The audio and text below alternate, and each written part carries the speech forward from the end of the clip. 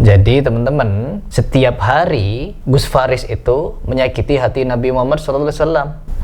Ya Allah, ya Allah. Apa jangan-jangan Baswedan juga keturunan Nabi?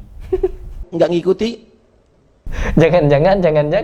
ente juga sesat. Setelah kita semakin menyimak teman-teman kengeyelan, kenyelenehan dari orang-orang habaib ini, ternyata mereka terkadang ketika membuat aturan itu mereka buat ya untuk mereka langgar sendiri. Salah satu contoh di video ini, saya ingin memberikan pembahasan tentang fakta. Ini bukan gosip, bukan rahasia yang harus kita bicarakan diam-diam. Tapi karena ini memang sesuatu yang mereka ungkapkan sendiri di media sosial. Dan hal ini perlu kita bahas karena menjadi pertanyaan. Setelah saya tahu orang yang kemarin berdialog ilmiah dengan saya, yaitu Gus Faris Baswedan, ternyata beliau dulu kuliahnya atau pendidikannya itu di Al-Irsyad teman-teman. Yang dimana Al-Irsyad itu anti sebenarnya kepada Habib-Habiban, tidak jadi mukibin Habib dan tidak menjadi pembela Habib. Sama dengan Muhammadiyah, ketika semakin kesini kok banyak orang-orang yang mengaku sebagai orang Muhammadiyah, Al-Irsyad dan lain sebagainya itu, tapi malah mereka mengeluh-elukan Habib seperti Ustadz Adi Hidayat dan Faris Baswedan dan lain sebagainya.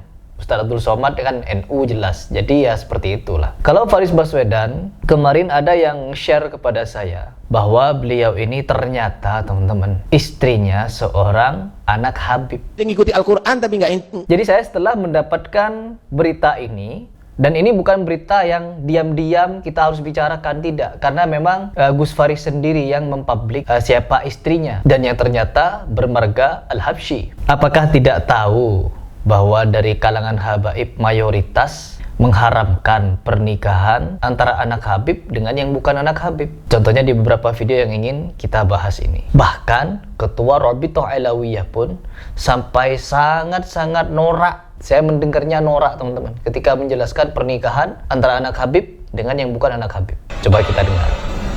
Anda lihat sekarang syarifah yang tidak taat kepada Rasulullah, Tidak taat, membuka aurat, sekarang sudah digandeng dengan orang lain.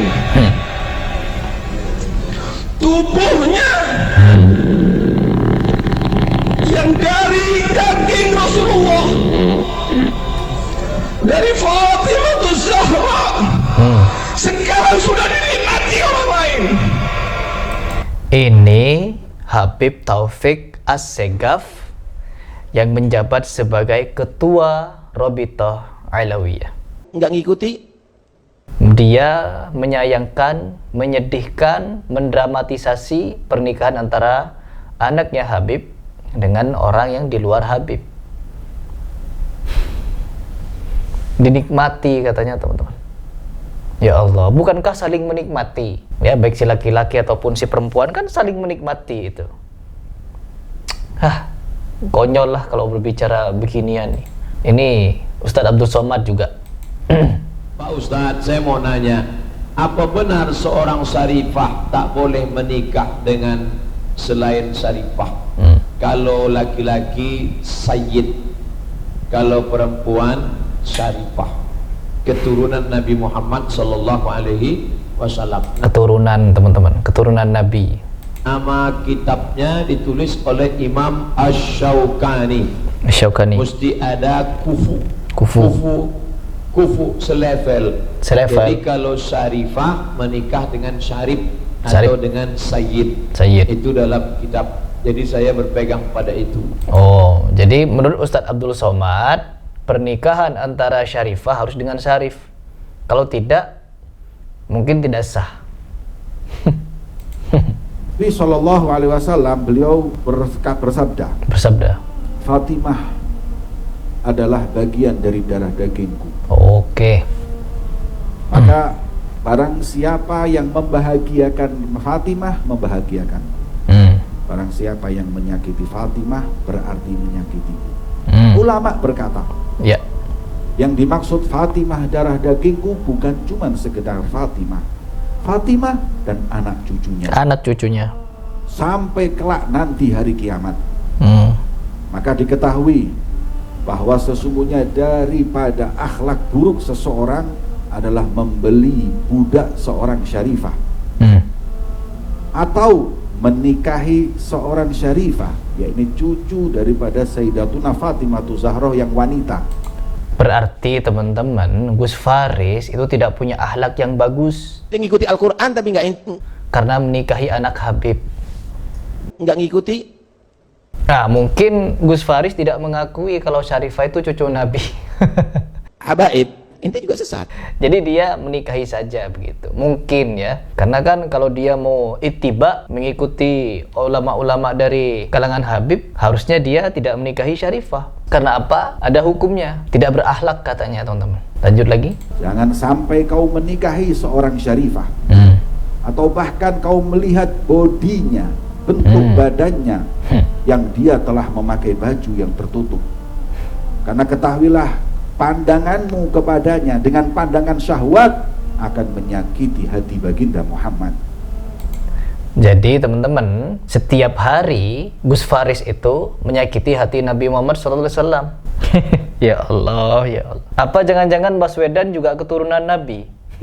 Nggak ngikuti. Jangan-jangan. Ente juga sesat. Coba yang lain. Ada yang lain, teman-teman. Ini. Di zaman beliau, semasa hidupnya beliau, Ini yang paling kacau. tidak ada satu habaib pun, bahkan tidak ada satu syarifah pun. Bukan habaib. Kalau di zaman sekarang ini kebalik. Zaman sekarang kita ini cinta kebalik. Kita cinta kepada habib, tapi gak cinta kepada syarifah. Kita zaman sekarang agak ada ya, bukan? Hati-hati Kita ya. anggap bahwa keturunannya Nabi Muhammad ini cuma habib saja, sedangkan syarifah enggak. Sehingga kita berani kurang ajar dengan syarifah. Kurang ajar. Kita berani mengentengkan syarifah, bahkan berani mengawini syarifah. Waliyahillah, gimana ente mau dapat syafaat? Tuh. Kalau berani menikahi Syarifah, bagaimana ente mau mendapatkan syafaat, mengharapkan syafaat? Jangan harap. Habaib, ente juga sesat. Al-Habib saya yang guru daripada Habib Hasan, beliau mengatakan seorang yang bukan habaib, bukan daripada Bani Alawi, menikahi Syarifah yang darahnya bersambung dengan Nabi Muhammad SAW, sampai hari kiamat ibadahnya ditolak oleh Allah Subhanahu wa taala, terkecuali bisa mengembalikan keperawanan Syarifah tersebut. Bisa gak Gus Faris mengembalikan keperawanan istrinya? Dia ngikuti Al-Quran tapi nggak Tuh, gak diterima katanya. Oh, nanti dia punya pendapat, enggak lo menurut imam ini boleh, menurut ini boleh, menurut itu boleh. Kan pendapat ulama. Kemarin Anda ketika dialog ilmiah membawakan kalam ulama, dan kalam ulamanya pada lemah mursal, ada yang palsu. Dibawakan, terpaksa dibawakan untuk membela ajaran tabaruk ke kuburan. Nah, sekarang ini pendapat ulama nih. Apakah pendapat ulama yang seperti ini bisa diambil? Karena pendapat ulama yang seperti ini bukan cuma 1, 2, 3. Banyak di kitab-kitab Ba'alawi, banyak yang sedemikian ini mengatakan haramnya menikahi Syarifah. Apakah perlu diambil pendapatnya kalau menyelisih Al-Quran dan hadis? Nanti mereka jawab, enggak perlu loh pendapat ulama kalau menyelisih Al-Quran dan hadis, tidak diambil. Tapi ajaran tabaruk ke kuburan yang dimana dilarang ketika beribadah ke kuburan, Al-Quran dan hadis menentang itu semua karena ada pendapat ulama yang membolehkan. Meskipun itu lemah, mursal, dan palsu. Dibawa, dipaksa-paksa teman-teman. Untuk apa? Agar kuburan keramat tetap lestari. Ketika di dialog ilmiah kemarin, bagaimana? Kan tidak ada larangannya. Coba datangkan larangannya. Tabaruk ke kuburan. Tabaruk itu kan termasuk ibadah nantinya. Sama takarrub juga bagian dari ibadah. Nah, kalau ke kuburan dijadikan tempat tabarruk, takarrub, artinya ibadah di kuburan. Sedangkan ada hadis yang melarang untuk kita tidak menjadikan kuburan seperti masjid. Masjid tempat apa? Tempat ibadah. Kuburan apa? Mengingat kematian. Tapi mereka enggak. Ke kuburan ngapain teman-teman? Minta-minta. Karena doktrinnya, kalau kalian ke kuburan Habib, 40 hajat terkabul, 70 hajat terkabul. Tidaklah kalian pulang ketika ziarah ke kuburan Habib, masalah-masalah kalian beres. Akhirnya ke kuburan, ikdi hajatina. Ya bin Muhsin, ikdi hajatina. Aduh, apa kalian perlu mendengarkan pendapat dari Bahar Semit? Pendapat Bahar Semit lebih kacau lagi teman-teman, sampai membawa-bawa mimpi. Kita dengar langsung. Dulu ada seorang Syarifah. Ini Syarifah mau kawin sama Ahwal. mau kawin sama yang bukan Habib. Bukan Habib. Haram. Haram. Kami para habaib punya ijtihad, punya pendapat sendiri dalam masalah kafah. Siap. Intinya di syarifah mau nikah sama akhwan, mau nikah sama ajam, mau Ajam. nikah sama orang yang bukan Habib. Bukan Habib.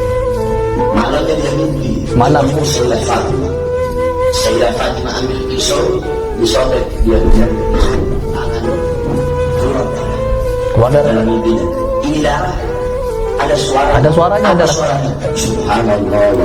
Jangankan darah teman-teman, darah Syarifah, darah Habib, darah Nabi, darah Fatimah. Ditarim tiang. Tiang ditarim bisa apa? Bisa bicara teman-teman. Alim. Ketika ada sholat, bacanya salah, diluruskan sama tiang. Ini adalah tiang yang dulu pernah menegur atas orang yang sedang sholat di dekatnya. Kenapa? Waktu itu ada orang yang sholat di dekat tiang ini, kemudian dia baca surah Al-Quran, ternyata bacaannya salah. Ditegur sama tiang ini. Ditegur sama tiang ini bahwa ayat yang kamu baca itu salah, yang benar itu begini. Akhirnya dia yang sholat tadi pun membenarkan bacaannya berkat teguran tiang ini. Setelah dia salam, dia lihat ternyata tiang ini yang menegur, gak ada siapa-siapa. Makanya diabadikan lalu diukir di sini tulisan hadisariyah allati raddat 'alal musalli. Ini adalah tiang yang dulu pernah menegur atas orang yang sholat di sampingnya ketika salah baca Al-Quran. Kita dapat ambil pelajaran, jangankan manusianya, ulamanya, tiangnya aja alim ditarim ini. Tiangnya aja. Luar biasa. Apalagi perkara ijtihad para walawi, harus bawa dongeng dulu, bawa dalil dari mimpi. Mimpinya saja dari setan nih. Bagaimana ada orang bermimpi dilarang teman-teman, menyakiti diri sendiri itu. Ini di dunia nyata ya, bukan mimpi. Di dunia nyata melukai diri sendiri itu hukumnya haram. Loh, di dalam mimpi Habib demi mengglorifikasikan nasabnya, mereka sampai apa? Mimpi Syarifah menyayat tangannya demi membuktikan kesucian habaib. Meskipun itu cuma ya begitu. Berzikir teman-teman, darah Fatimah berzikir. Darah Sayyidah Fatimah bertasbih. Bertasbih. Darah yang bertasbih kepada Allah. Apakah akan mau kotori? Kotori. Ikan dua daripada golongan kita. Tuh, apakah darah yang selalu berzikir ini mau kau kotori dengan menikah dengan orang? Jadi kita ini teman-teman kotor. Yang suci ya dari golongan Ba'lawi, yang nasabnya tidak jelas itu nyambung kepada Nabi. Ya Allah, kata Profesor Merakhim Ali, memberantas pemikiran doktrin dari Ba'lawi keturunan Nabi ini adalah suatu jihad. Karena yang mereka lakukan adalah kemungkaran teman-teman. Aduh, sampai sebegitunya mereka ya. Innalillahi wa inna ilaihi raji'un. Ini musibah teman-teman. Musibah yang dianggap sebagai suatu kebenaran. Karena apa? Sudah diklaim cucu Nabi. Masih belum mau mikir? Mas Faris, gak diterima amal ibadah antum tuh sampai kiamat. Ini ulama, pendapat ulama. Kan antum doyan tuh bawa pendapat ulama, seolah-olah pendapat ulama jadi dalil. Aduh, mikir.